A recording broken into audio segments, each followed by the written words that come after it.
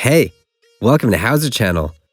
In today's tutorial, you will learn how to change language in Outlook.com. Open your web browser. Go to Outlook webpage. Log into your account.